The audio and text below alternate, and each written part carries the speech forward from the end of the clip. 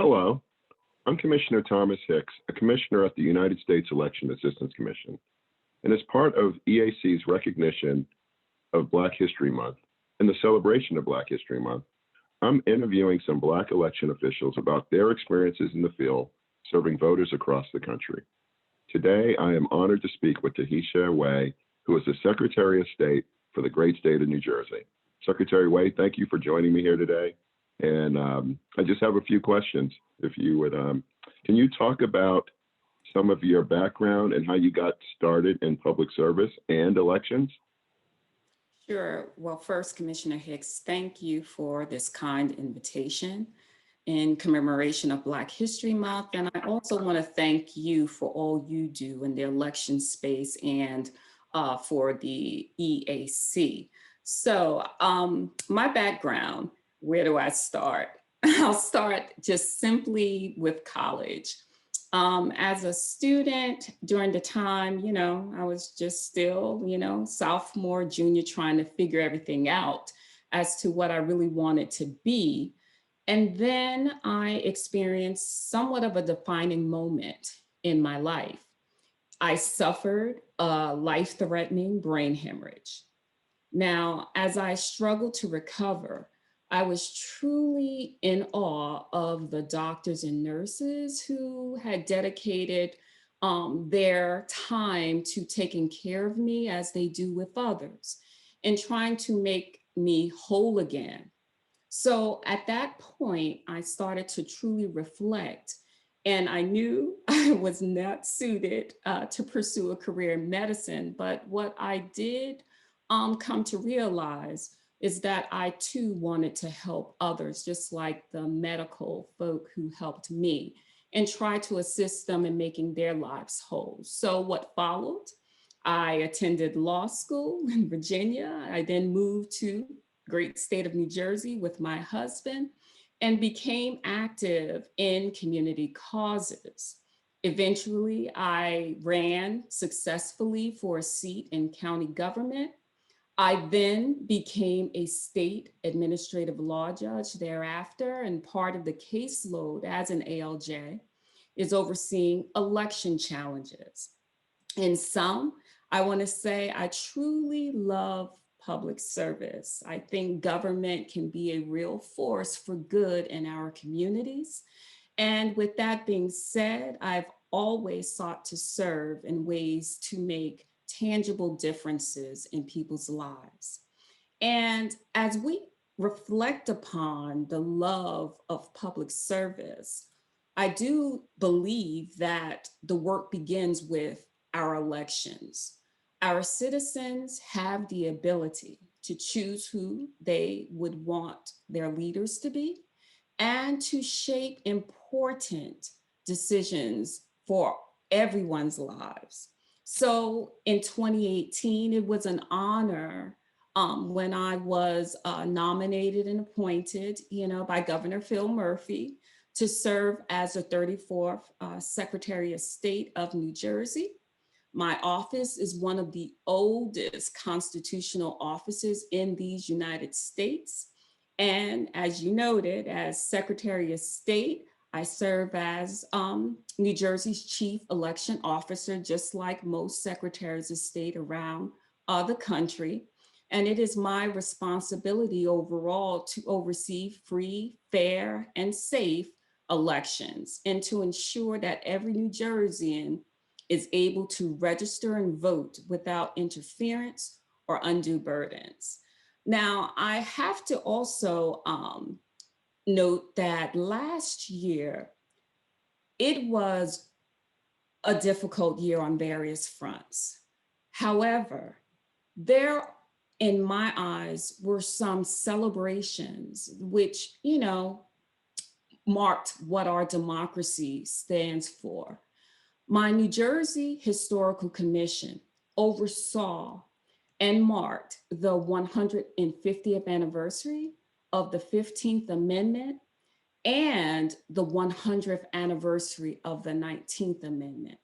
I mention this because these are two of the most important voting milestones in American history. These amendments promise the right to vote for Black women and for women. And I use the word promise because in reality, while we commemorate those two amendments at the same time, there still were African Americans, Latin Americans, Indigenous, Asian Americans who were still excluded from participating in our democracy, despite what our Constitution says. So as Secretary of State, especially as a Black person and as a woman, I know the power that comes with accessing the right to vote. And I'm proud and honored, blessed to guard this right for New Jersey citizens every day. Last thing I just want to note is because this was significant and important growing up. My father, he was so proud of my older brother and I that we went to college. He, of course, he grew up in the South, he and my mother, and he was not college educated. But the one thing he would always remind both my brother and myself about is that I may not have gone to college. I'm still proud of you, Tahesha, and your brother. But I am just so proud that I do have that sacred right to vote. Amazing. That's an amazing story. Those are some of the obstacles, but are there obstacles that you faced in your career, and how did you overcome them? Yes. I want to say the first obstacle that I, would come across, even, growing up, was folk questioning my abilities. At pretty much every step, I've experienced this. In high school, I was on the honor roll, National Honor Society, you name it, I did it. But still, there were those who questioned an inner city young girl applying to and getting into an Ivy League school. Then as an attorney, sometimes walking into legal proceedings, I've often was mistaken not for the lead attorney on a case, but maybe the assistant. Although, I earned my legal degree from University of Virginia, and that was upsetting at the time or during those times, but nonetheless, it still made me understand that some people may believe or think that I didn't belong, but that's never a feeling anyone should have when they're walking into a proceeding and advocating for others. And it reminded me, I'm now going to bring heartfully up my mom's no longer here, who always reminded me of two simple words: be present. And when she would tell me this, she would just try to underscore my understanding that I do belong, and that in every moment, and it doesn't mean that you have to speak up, but just recognizing every opportunity and knowing that you can be of value and that you can contribute positively. And then moving forward, even as a state judge, there were times in which I entered the proceedings and I would notice folk looking like, what? What is she doing there? And that's okay, because I still knew that I belonged. Even though I would be challenged and questions, I did the job I was there to do to the best of my ability, and try to not let other people feel that, I was unworthy because of, who I am or the gender. In addition to all of this, I also, feel not so much as an obstacle, but at times, you may feel like it's a challenge when you're the only person in the room who looks like you. But still, again, you think back to who you are and the value, and you also think back to the history of those who have come before you, because it's not just bringing yourself to the table, it's bringing others who have fought so hard for basic rights to the table and showing there's meaning to everyone. Amazing, amazing, amazing. How do you ensure that different groups are able to participate in the voting process? And how have you made changes to how you recruit poll workers and get people involved in that process? Yes, that's an excellent question.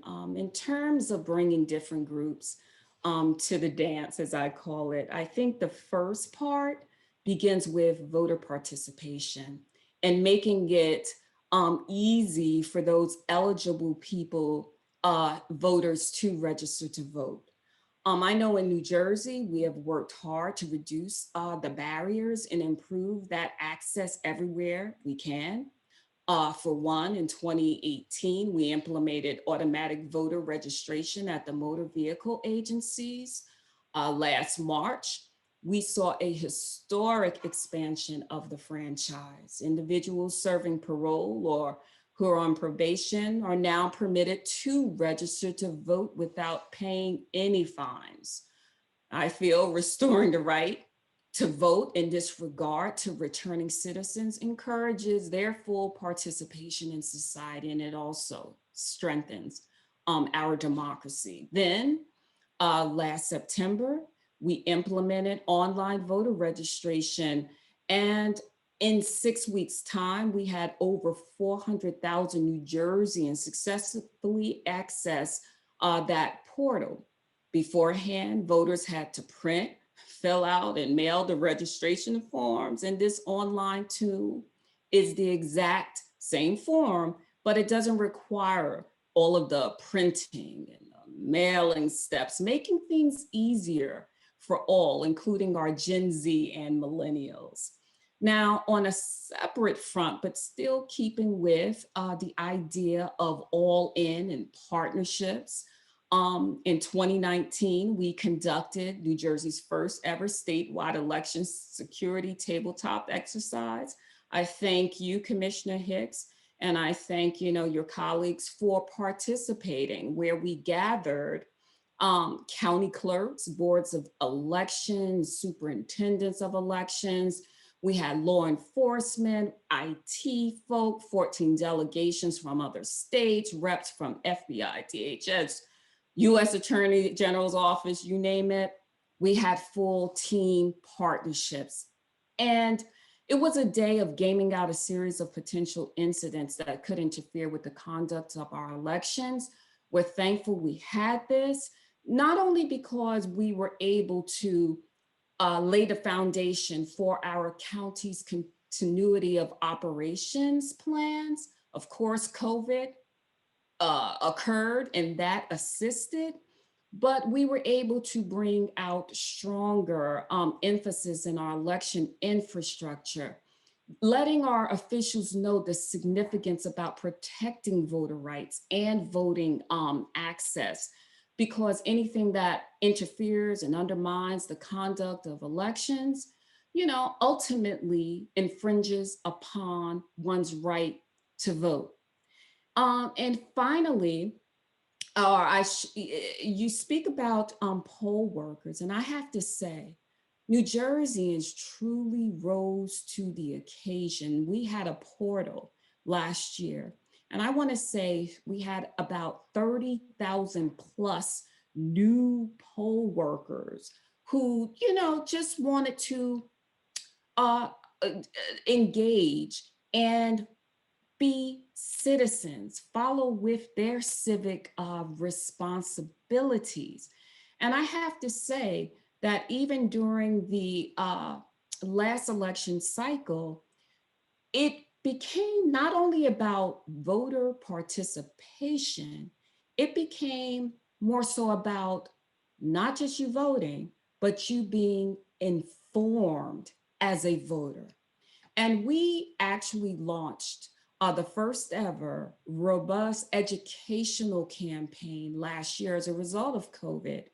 And, we wanted to make sure, and we're going to continue this on all fronts to ensure that our voters not only know various timelines, but they understand all that there is in terms of elections and the processes. We want voters to actually get to know that we have significant partnerships, not only in this state, but throughout this country with organizations, entities like DHS, like the EAC.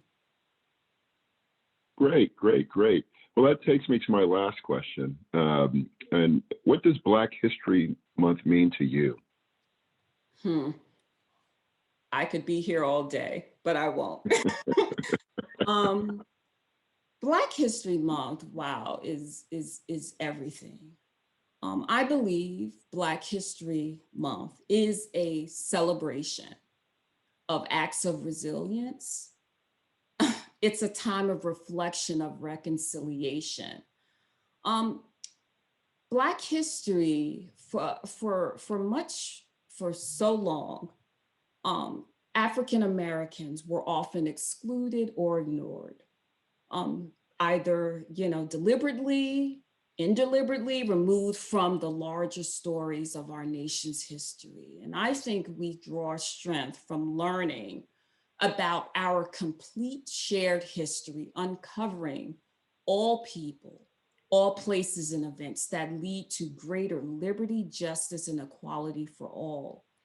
I mentioned that during this time, Black History Month, we reflect, but it's a reflection to me about the intersection of morality, identity, and belonging that often attaches to all American citizens. This sense of belonging is something, again, we all yearn for. I know growing up as a child, simple things that I longed for in terms of belonging and others was just walking through a toy store and just trying to find a doll that looked like you. And turning back to elections, we all know that the story of this country has been a story of, whose voices are truly included in our democracy. And throughout our history, men and women have fought tirelessly to be recognized and included in our past, present, and future. And I believe no community has fought harder and faced more setbacks in the pursuit of equality than the African American community. And no issue has been more central to the struggle of a people than the right to vote. We see that historically across the board because voting is the foundation for other rights. And it secures, in my eyes, the blessings of all liberties. Great. Secretary Way, I want to thank you for your service to New Jersey. I want to thank you for your service to the nation. And particularly, I want to thank you for your story, because it's not only a story for young Black children, but I think it's a story for all children to take a moment and listen to this and get inspired to become public servants themselves. So I want to thank you for adding this to our archives and our story. And is there anything else that you would like to add before we finish? Again, thank you for having me. And it's been a pleasure working alongside the EAC and all that you do in shepherding the process of elections, both from best practices and of course through federal funding. It is greatly appreciated because it's a team here in the election space. And I'm just thankful that you, Commissioner Hicks, is a part of this commission and you're lending your voice and your resources and time. Thank you, thank you. And with that, we'll end. And Again, thank you for your time and thank you for your service. Thank you.